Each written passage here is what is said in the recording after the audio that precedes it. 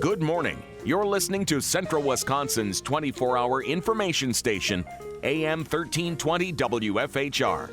It's time now for the Morning Magazine, brought to you by Comfort Air Heating, Cooling, Plumbing. Now, with the Morning Magazine, here's Carl Hilke. Thank you, Jerry, and good morning, everyone, and welcome to today's show on AM 1320 and also on the web at WFHR.com, and we also welcome our friends at RCCA Media. As Jesse is here, and you're going, why is TV there? Well, it's our Wisconsin Rapids City Report, and in a bit we'll be joined by Wisconsin Rapids Mayor Zach Vruwink, as I'm assuming he's en route to our studios. Perhaps he got stopped by a train, but we'll be reviewing last night's Common Council meeting and also talking about a very important grant that you heard State Representative Scott Krug announce last week on the program. And when the mayor gets here, we also invite your participation at 715-424-2600, pound 1320 on a U.S. cellular phone. And like I said, yeah, I'm here. It says Jesse and I. Maybe we'll interview each other. And we should mention next week on Wednesday night, there will be the mayoral candidates debate over at RCCA Media, and we will be doing a simulcast of that forum here on AM 1320. So if you can't get to the TV, tune on to AM 1320 or go to WFHR.com or rccamedia.org, and you can catch that League of Women Voters Forum featuring the candidates for mayor in the February primary. The three candidates will be narrowed down to two during in that primary. I'm thinking, Jesse, the mayor might be at the welcoming for our Medal of Honor recipient, who was honored last night at the Common Council, and we'll be talking a little bit about that. But I have a strange feeling that the mayor went to the ceremony to start. Because that started at 9. Yeah, maybe he should be en route. So, hey, Pam, call the mayor's office. He's on his way. He's on his way. Okay, we have word. The mayor is on his way. I think this is the first. Okay, I'm a little punchy anyway after a long evening covering Common Council and everything else. And so the mayor, but one of the things we will be talking about when the mayor gets here is the city was awarded a $545,974,000 DNR stewardship grant. This is for the part of the Riverfront program. This is on the East Riverbank Improvement Project. We're going to talk about that with the mayor. You heard the State Representative Krug talk about that, and the Wisconsin legislature created the Nelson Stewardship Program in 1989 to preserve valuable natural areas and wildlife habitat, protect water quality and fisheries, and expand opportunities for outdoor recreation. And the state of Wisconsin has chosen to award Wisconsin Rapids this grant for the Demetz Park area. And I'm hearing a rustling about in the office. So I'm thinking His Honor has entered the building. So but we'll also be talking about some other things that happened at last night's Common Council meeting. And again, your phone calls are going to be accepted. And here he is. I was listening to you, Carl. Okay, thank you. All what you said about me. Okay, I thought just maybe giving you a hard time. I know. I thought maybe you were there at the formal.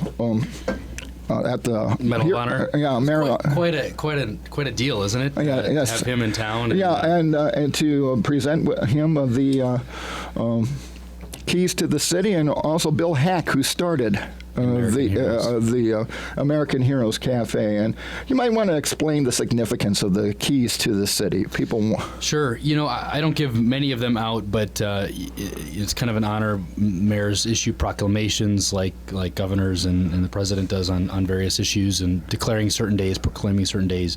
But another neat honor is to give somebody a key to the city, and oftentimes I'll have groups visit City Hall from other countries. Oftentimes we've got exchange groups from Mid-State Technical College, for example. They have a German exchange program. Assumption High School has another German exchange program, and oftentimes I'll provide the class a key to the city, which will they take back with them and display in their schoolhouse. So the Medal of Honor recipient last night, Gary Wetzel, was from the Milwaukee area. One of two surviving Medal of Honor recipients living in Wisconsin today. And so it's neat that he came up to join us for the beginning of our council meeting and to receive a key to the city. And you mentioned Bill Hack. Bill Hack, as you mentioned, founded the American Heroes Cafe, which has been received very, very well amongst the community of veterans and heroes, really, in our community, whether they served in the armed forces or are currently or have had some past service in a public safety capacity. Yes, police officers, firefighters are also invited to take part. Right. So that takes place on a weekly basis at the Lowell Center in the Brame Conference Room, and I know he's bursting at the seams there. He's got what's neat about it is really cross-generational attendance by veterans and the like. Which is really neat to see, because a lot of time, it's kind of the brotherhood or the family that each of them kind of call on each other. So, and the other nice thing about it is it has brought to attention veterans that need help.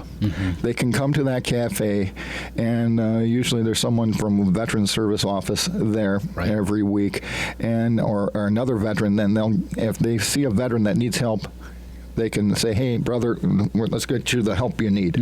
And so, and some of these guys, it's tough. They don't want to belong to a formal organization. They just want a place to talk. And vent.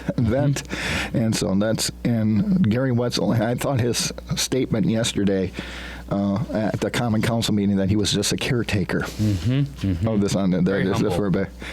Very humble. But it was a nice thing to see at the Common Council meeting last night, and our thank you to everybody who put it together. And thank you and the Common Council for taking time out of your busy schedule last night to honor a true American hero. That's right. I wanted to get into this because Representative Krug announced it last week, sent out a big press release, and I wanted to get your reaction now, and that is that $545,974 DNR stewardship grant. And how is that money going to be used? And first off, your reaction to getting it. Sure.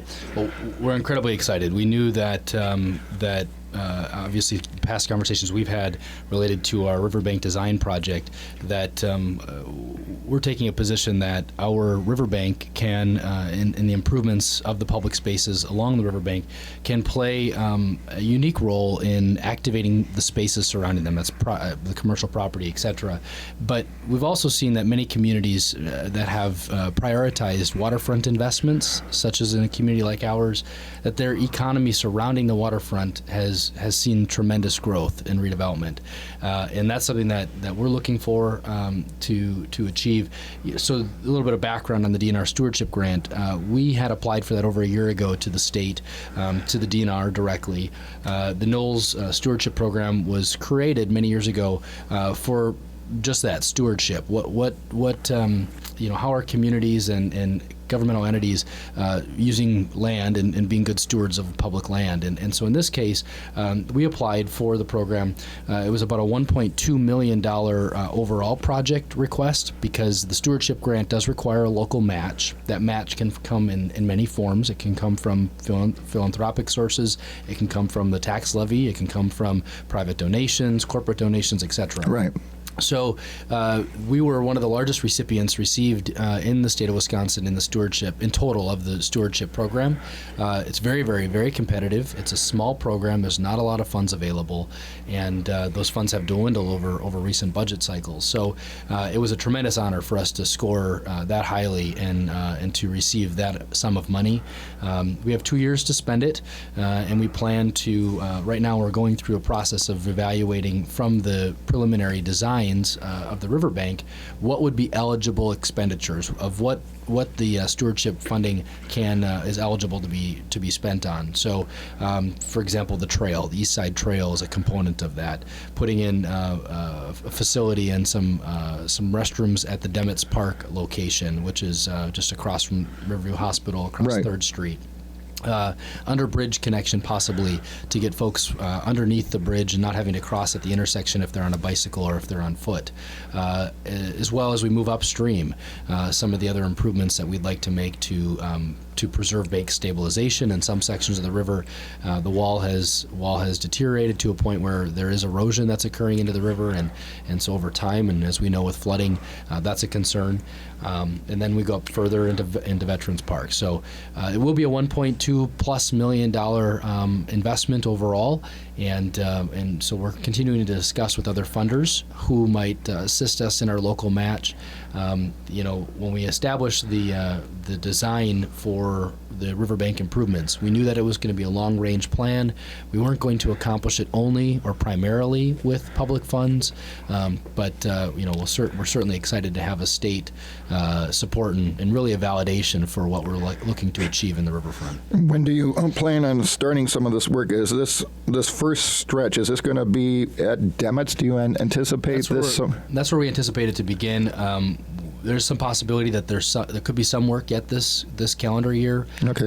But because of our availability of crews and our schedule with street work and that sort of thing, it's gonna be fit-in work or fill-in work where possible. What are some of the improvements we're looking at in the Demetz Park? You mentioned the trail and the underground, so that people don't have to cross the expressway, Right. similar to what you have on the west end of the bridge. I would assume that would be a high priority because there have been accidents at that intersection where bikers or joggers trying to cross the expressway getting hit. Yeah, near misses and close calls really at that intersection of pedestrians and vehicles. And obviously, the expressway is heavily trafficked with semis and other truck traffic. So to separate the modes of transportation from vehicles to pedestrians, bicyclists, etc., to get them under the bridge from the north, crossing from the north or the south, is a high priority. So addressing that safety concern. There's also a splash pad being programmed or recommended in the Demetz Park location, which for families that have been to one, whether it's in Watoma or Plainfield or some other communities, that they really enjoy the outdoor splash play features of a splash pad. So there's a small aquatics component of the Demetz Park improvements, and then 2 adventure sort of playgrounds. So splash is typically geared for younger children, and then some more advanced play features for some older youth as well. And close proximity to the hospital, we're looking at maybe some other health and wellness, outdoor wellness features. A lot of communities have put in some exercise equipment, some very low frill, let's say, exercise equipment in public parks, and so we're exploring some of that. And then we go up from Demetz Park. The trail will continue.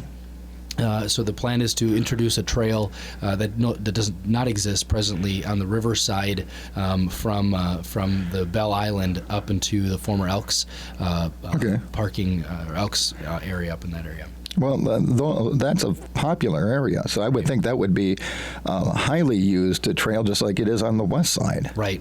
That's the idea. Is we want to close the loop, if you will. It's the few pedestrians that do use it today, and bicyclists can use the street, but we know that if they're separated on a trail, it's safer, and it's something we look to address, and obviously address the erosion control or erosion concerns we've got on some of the Locust Street section of the river wall. And you say you already have been making contact with other private funders who would be interested in this project. Right, and we hope to have some announcement yet this spring on whether or not we're successful and to what degree, and then obviously the public component in the match. there's a trend kind of happening nationwide where communities will kickstart a campaign where it'll be publicly funded and donations of $5 or $10. Sure. And we're exploring maybe a component of this that we would have a public component where people can make a contribution, big or small, of their own to the project. Well, you take a look at the village of Burin when they were going with their shelter, an improved shelter.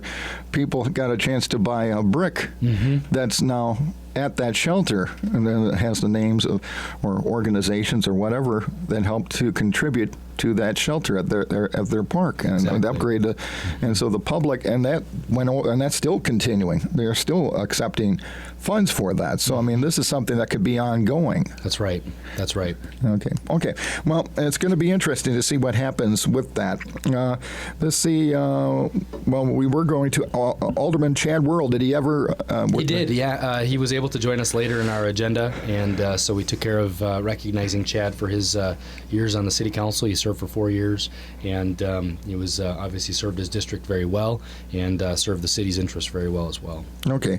One of the things that happened yesterday involved a lot of different stakeholders, and that is the whole drug problem and the heroin problem. And then also on the agenda last night under Human Resources Committee was a request from Police Chief Hoyer to approve the creation of our narcotics detective position in the police department. Right. Has that been approved? It did. Both items passed the council last night, a budget amendment to budget for the position, to fund the position, as well as the job description and not so much the job description, but the hiring of that position.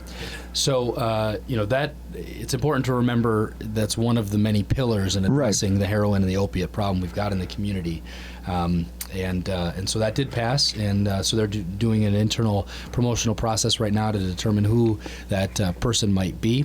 But that was good news from the standpoint that the law enforcement perspective of this issue, we hope to provide some relief in the city, and obviously we participate in the drug task force on a regional basis to knowing that this issue is much bigger than Wisconsin Rapids, that we're a cog in the wheel as it relates to the distribution and the marketing of these products, these illegal drugs. Well, I've had the sheriff in your chair, and he's talked about the fact that this is a real regional problem across basically the whole Wisconsin River Valley, right, from northern Wisconsin straight down through here.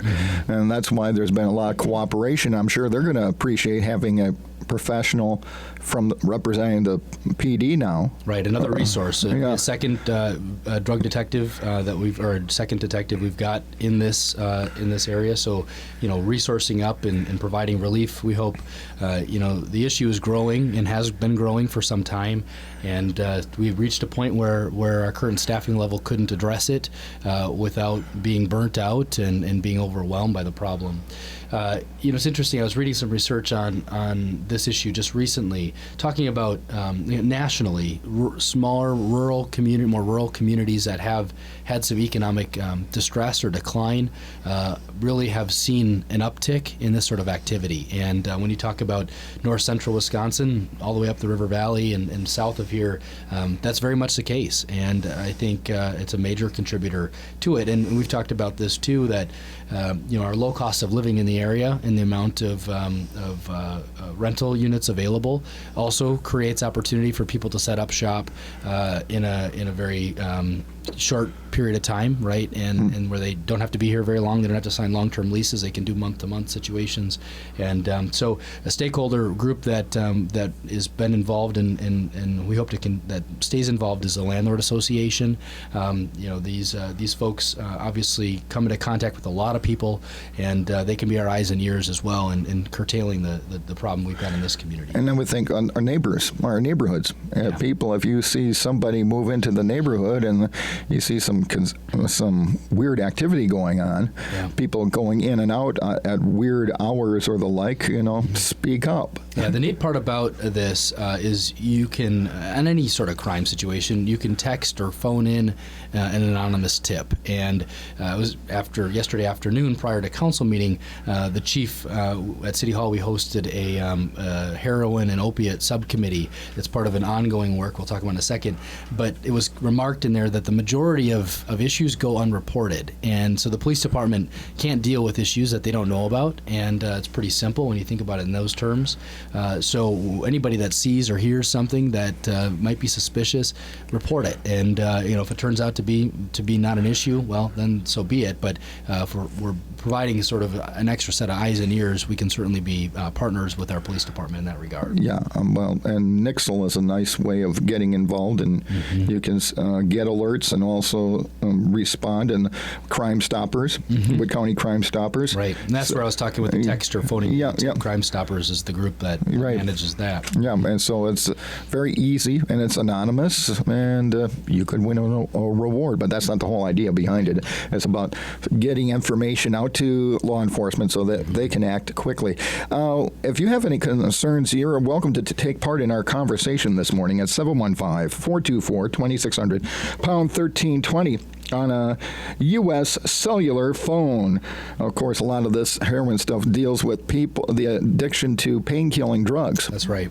And that's where, like, getting our residents to continue to take their drugs that they're not using anymore out of their home and taking them to the PD or the Sheriff's Department is so important. Yeah, the prescription drop-off sites you're talking. Yeah.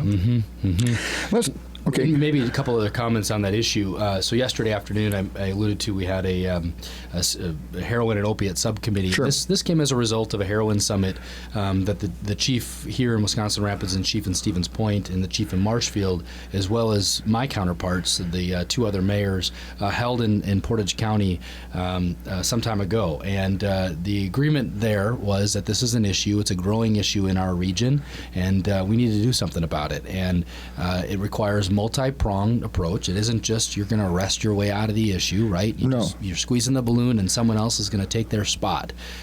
But much more needs to be had. So a much more comprehensive and inclusive group of stakeholders. So at that meeting, a lot of healthcare providers and physicians were present because, as you mentioned, prescription drugs and painkillers have been mentioned as a gateway to heroin or some other substance abuse or illegal drug use, methamphetamines, etc.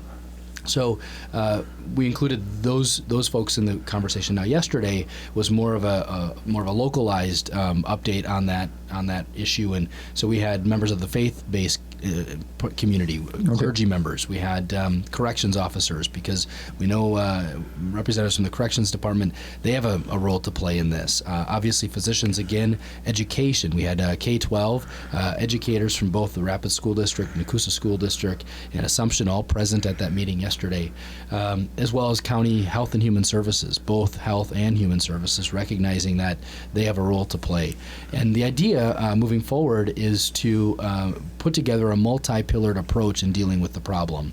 And while the pillars haven't been identified to a great degree, but we've all agreed that that's the next step, is to refocus and to separate into committees effectively to solve the issue. And it's going to take some time. We know that these issues didn't get here overnight, and they won't go away overnight. But you've got the right community leaders, I think, positioned to make this a priority. Something that if it isn't a priority, it's not going to be dealt with effectively. And I think that goes along with the state's plans. I know Attorney General Schimmel has made this a top priority, right. And one of the key aspects of that is to get rid of the customers. That's right. And that is to get treatment for these folks that have this dependency. That's right. And to identify people that may have an opiate dependency to a painkiller or something before they start taking heroin. That's exactly right. And actually, I got a note from a corrections officer last night after I had posted that this meeting was happening and on social media, and someone had responded and said, the main problem that I see is because of the lack of treatment options right here in our own community. That the nearest treatment option that person referred to was Eau Claire. They had to drive someone to Eau Claire to get treatment. And so if you don't have any treatment opportunities, you're going to continue to have those users, and they're going to be repeat offenders, right? Because they don't have the effective necessary treatment to curb their addiction or ultimately to break the addiction. Well, and drug addiction is just like alcohol. You're a recovering addict. You're never really, there's no such thing as like a cure. You're a recovering addict, and you need a system of support. Right. There's a perception you send people to prison, they come back cured. Well, that's not the case. They come back out, they don't have that ability to judge and to choose who they associate with, and so to have that judgment and keep on the straight and narrow. Again, the phone lines are open at 715-424-2600 or pound 1320 on a U.S. cellular phone. Let's get to our first caller of the morning. Good morning. You're on the air with the mayor. Yes, I'd like to ask the mayor about the new airport manager that has arrived, I believe, and also the issue with, as I understand it, the FAA is requiring a lot of trees to be in the neighborhood, to be either cut down to size or whatever has to be done according to the FAA. If he could address that, please. Sure. Okay. Thanks for the call. Those are two important issues. I got airport on my agenda, but I had it on mine as well, and there has been already a lot of tree removal because of the. So why don't you give us the update on both? Sure. So I recognized all of our new city hires last night at the council meeting. As some background for the airport piece, the airport commission and the city agreed to a contract of 3 years in which the city will administer the contract of airport management for the commission. The commission will resume its policy and governance sort of arrangement that the commission is really should be in the business of doing. And the airport manager was hired in coordination with the airport commission's oversight. And so Jeremy Sickler comes to us from Siren, Wisconsin, previously the airport manager in the Barron County airport, or Burnett County, I'm sorry. And so he has joined the airport as the airport manager, and it started a week ago Monday, and very, very experienced, had 8 years up at that airport, and is very excited, I can tell, to get to work right here. He's got family in the area, so he's happy to be closer and back with family, and obviously very skilled and qualified for the position. Why was there the change? So major change, the reason for the changing was we had previously had an FBO arrangement where an FBO was hired. They also ran their business in addition to providing airport management or fixed base operations to provide catering or fueling or any other services at the airport. And it's, I would say it's a trend because many of the airports of our classification and size, there's sort of a precarious relationship between someone running their business in addition to trying to provide the best for the airport. And so many airports, as contracts have come up in their FBO arrangement, as they've expired, have taken a look at an airport management, professionalizing that position, and as it relates to the next issue that I'll speak to, and that's the approach clearing project that the airport has been undertaking and needs to finish, is a lot of these issues require a lot of commitment and time from somebody that a commission oftentimes can't provide. And somebody in an FBO arrangement, when they're conflicted with having to run their own business in addition to managing the airport, there isn't sort of the capacity to deal with the issue. So unfortunately, our airport obstructions, those are the trees primarily around our airport, have gotten to a point now where the FAA has put us on notice that they need to be removed. And as the caller alluded to, it's trees, so either brought down to a certain height or removed entirely. We all know that if we top certain trees, they don't survive, and so we may have to.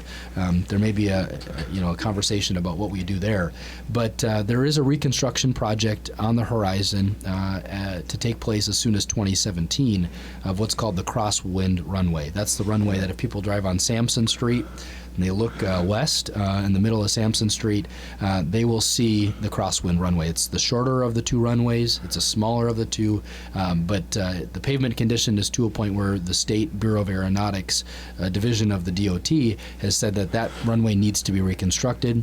The monies have been accruing at the Bureau for the reconstruction, and now that project, in order for that to continue, we need to remove the obstructions because the FAA is coming down extra hard, I would say, and for good reason, to airports nationwide, saying if you don't have clean approaches, you're not going to receive federal funding to reconstruct your runways, and so therefore we run the risk of decommissioning a runway, which would be a terrible thing for our airport. So the crosswind runway is the primary area of focus. You talked about a project that happened in the last year, and that's the dealing of all, in the last year and a half, dealing with all the obstructions on airport property. And so those have been dealt with. There are really no other trees on airport property that are of concern. So that project, the phase one, we'll call it, has been dealt with. Now, phase two is the off-airport obstructions, and if you think in terms of a trapezoid or something at the end of a runway, the runway is like a street. It's a couple of lanes wide and 5,500 feet long, or 30 some hundred feet long on the crosswind. And if you draw there's these called imaginary surfaces, so without getting too technical, any obstruction that reaches a certain height, so a tree or a pole, if they get to a certain height, the planes have to come in at a higher degree of an angle to land, and so they have to start their descent differently than they would otherwise. So the FAA said you've got to clear these obstructions or you're not going to get your federal funding, and so Jeremy is going to be deeply involved in the project off airport property. So we're working with the county. The county had a project where the city of Rapids, city of Marshfield, and the water and light utility came together to fund a aerial imagery of the county. So there was an airplane that flew the county last fall to get imagery after the leaves fell. And so now we have a better idea where these obstructions are around the airport, because we had a public meeting and we said this is what we need to do. This was last June, and the people were questioning, am I going to have trees on my property that need to be removed? And so now we've done this analysis with the county, and the county's identified with their help which trees need to be removed. Okay, and the trees that are removed, is it the property owner that pays for it? Or It depends. So now that hasn't been agreed to by the commission yet. We had to go through the process of finding where the obstructions were first. But there is an ordinance on the books from the 80s or before that gives the airport the authority to tell property owners that they have to remove a tree. If it's a certain age, and there's a threshold within the ordinance, if it was planted before a certain time or after a certain time, that governs who pays for the removal. Okay, and we both know with the Sand Valley development that airport is identified as a critical asset to that development, because it's anticipated the people that play at Sand Valley will be some of the more wealthy folks that will be flying in private planes and jets and the like. That's correct. Okay. We got to take our first break of the morning, and then we'll be back with more here on the Morning Magazine. We're visiting with Wisconsin Rapids Mayor Zach Vruwink. He's here all morning long until 11 o'clock. You're invited to participate in the conversation at 715-424-2600 or pound 1320 on a U.S. cellular phone. Good morning and welcome back to The Morning Magazine, presented by Comfort Air Heating, Cooling, Plumbing. It's time for part 2. Once again, here's Carl Hilke. Thanks, Jerry, and welcome back, everybody, to today's show on AM 1320 and WFHR.com. And we also welcome our friends at RCCAmedia.org. They're here, and you can view this program during the coming month on Charter Channel 985 or Solaris Channel 3 or anytime at RCCAmedia.org. Jesse's here making sure I look good in high definition, which I think is an impossible task. And the mayor is here as well. That's why they're here. And we're getting our Wisconsin Rapids update, and the phone lines are open if you have any questions. This is your chance to talk with your mayor about any issues or concerns you have at 715-424-2600, pound 1320 on a U.S. cellular phone.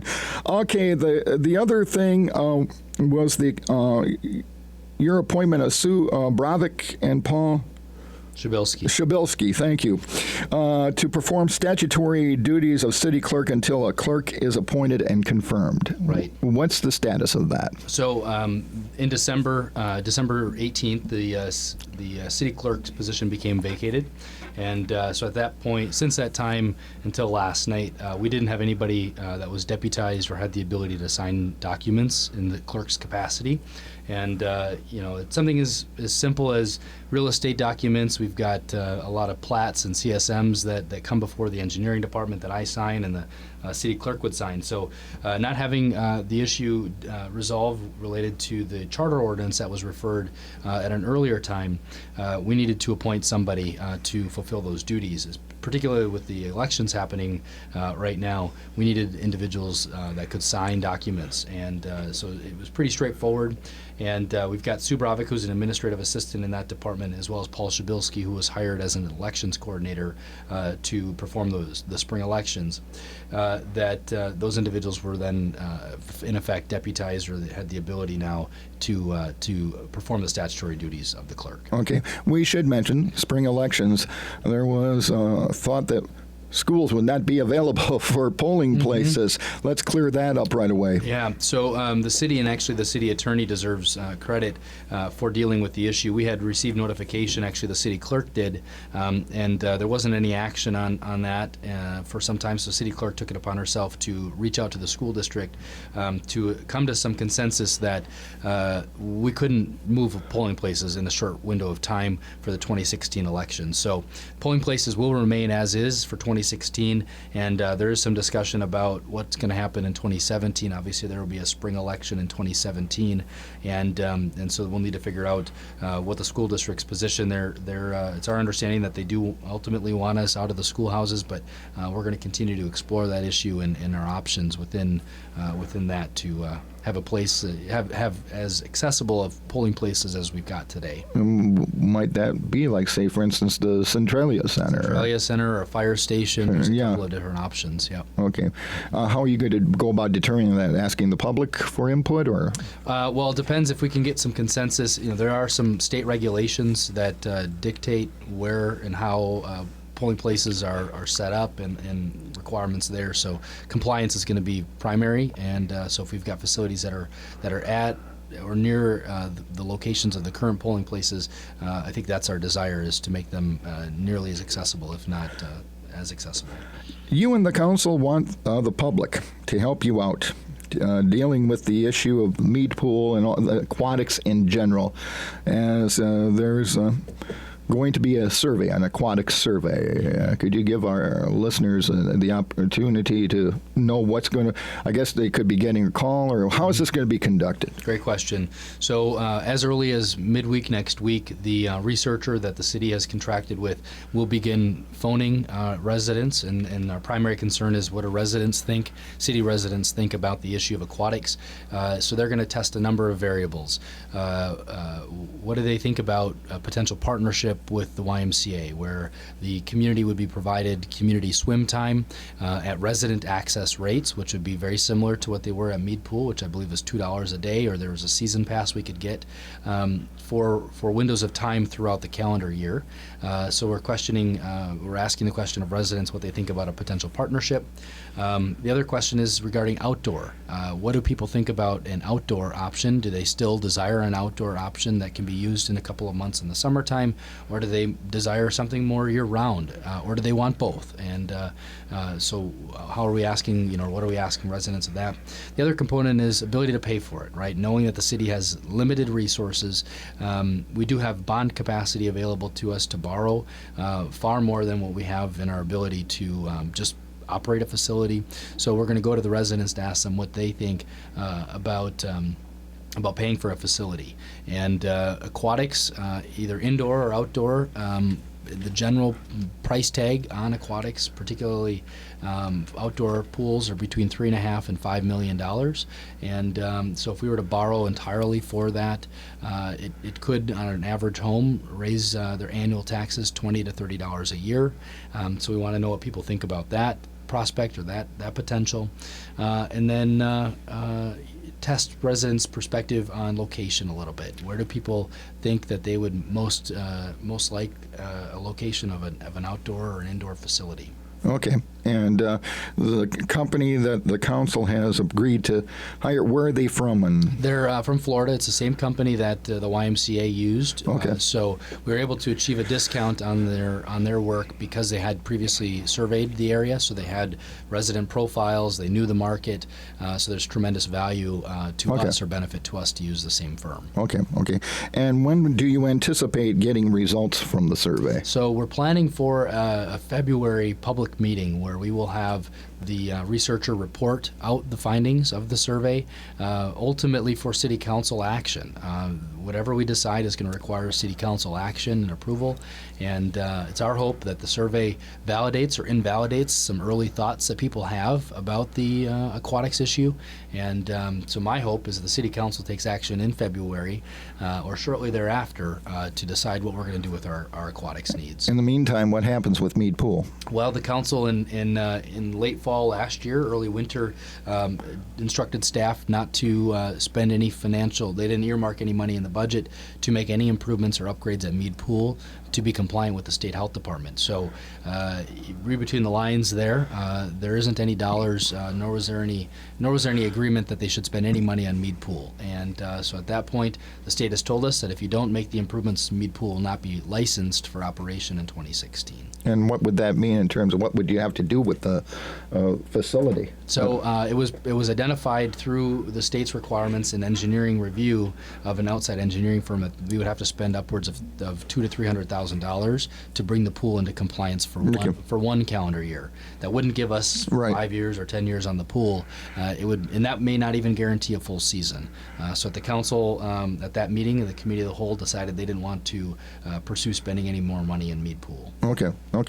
Let's get back to the phones, and you're next. You're on the air with the mayor. Yes, Mr. Mayor. Hey, good morning. I like to thank you when you do excellent stuff around town. Your grass cutting crew coming into town makes your city look beautiful. I really got to compliment them for that. But one thing I would like to complain about and ask for your help is get your plows out sooner and start salting. Here, I don't remember the date, if it was the 21st or the 29th. We had some sleet coming down early in the morning, and it switched over to snow, and people were sliding through the intersection over by the hospital there, or something terrible. The whole stretch, all the way from Home Depot up to north side of town, was terrible. You got in the county line, you were good. But the plows weren't coming out till almost 8:30, 9 o'clock that morning, and maybe the hospital ices it down so they get some business. I'm just kidding. Right. But I would appreciate. I mean, I truck through here every day, and if there's any way that they see something coming in, get out there. I did talk to you once before how. The Riverview Expressway, whoever built it, I don't know why they did it that way, but it's angled the wrong way. So you look all through the winter, you're going to see people going over the median there. And unless they salt it and keep it clean, it's an accident waiting to happen. That's right. Good point. Yeah. So I will listen for your comment, and if any way possible, have your city crews keep that stretch clean, because it's an accident waiting to happen there. Sure. Thank you for the call. Thank you. Really good points. Thanks for the kudos to our street staff and buildings and ground staff for making sure our entrances and, as you say, the grass cutting in the summer is good. As far as the issue with the expressway, the caller's right. The expressway is obviously a challenge for us to continue to keep clean, particularly in the winter months, for people that are driving that stretch. I would ask the caller and other callers that are listeners that are concerned about the expressway, if they're a driver on that stretch and are at a point where they can make a call, if they think that it's unsafe, or maybe the city crew has not been through there, to report it either to Wood County Dispatch or report it to the street department directly. But I will have a conversation with our Public Works Director. I know following the last two snowfalls, I did have some discussion with him about our processes, and he was very forward in communicating with the public. And what is the process? If you know, like for instance, now that's a dicey situation. Start off with sleet, and you got snow. First off, if it's coming down to sleet, I would think you need to get the crews out right away. Correct. Yeah. The practice is to salt and sand and and sometimes a mixture of both at primary collector highways. So any of the 8th Street or the Expressway, West Grand out this way, Sure. 3413 North. All of those are our primary concern. Those receive our first attention, and then we deal with the other streets on a priority basis. So, but as far as ensuring some of those thoroughfares are clean, police department identifies that there might be slick intersections or slick streets. They make the report to the police department. Obviously, then we have to call people in if it's a weekend or an evening. But we watch the forecast as best as we can, and in a future radio show, I'll bring Joe Terry to come in. Yeah, and explain the process. I think that would be a good thing to have, and then folks maybe can make some suggestions. I got to make one more stop because we're a little bit behind schedule on paying the bills, but then we'll be right back with more here on the Morning Magazine. Real quickly, anything in particular you wanted to bring up? We've talked about issues to our listeners' concerns, and also talked to our some of the things that I wanted to talk about. Is there anything you wanted to bring up or get the public's input on? Sure. We maybe an update on the property acquisition. Okay, I was going to ask you about that. Across from the courthouse in the Triangle area that we're referring to it.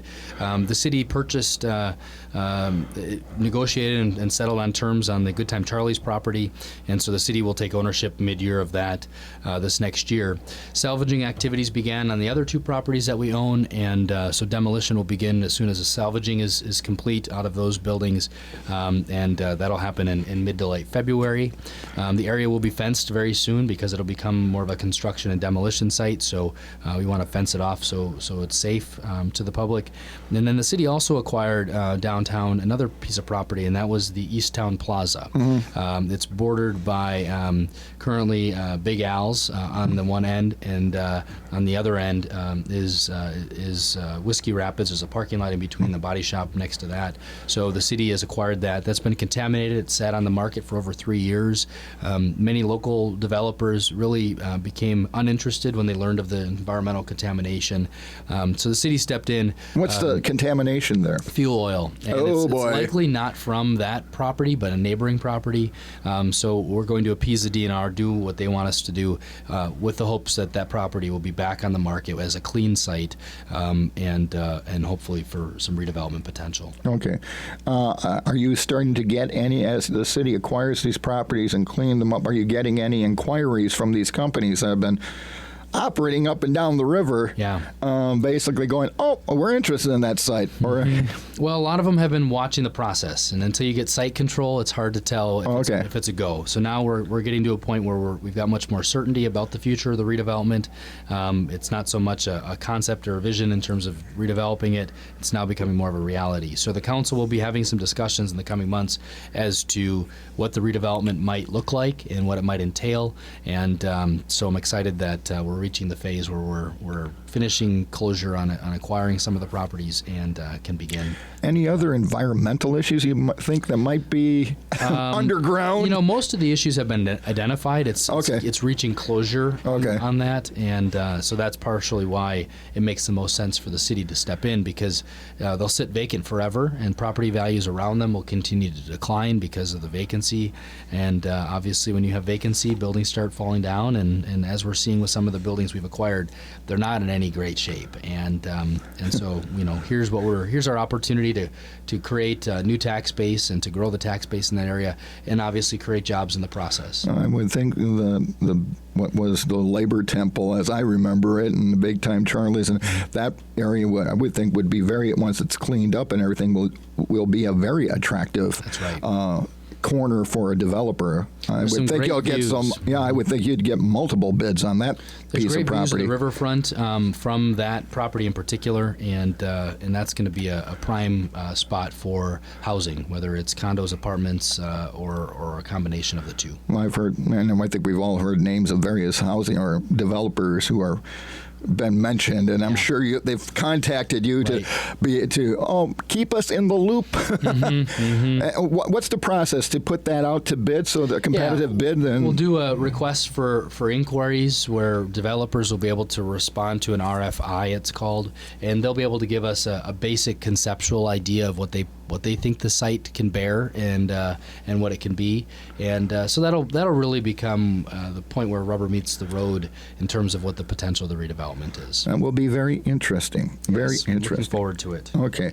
Well, we've covered a lot of ground, and of course, if folks want to contact any city department or talk to you directly, they can always call City Hall. Absolutely. Okay.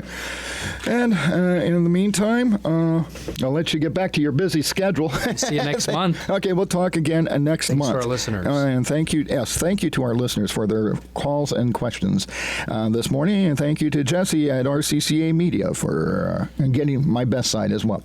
And that's going to do it for the Morning Magazine.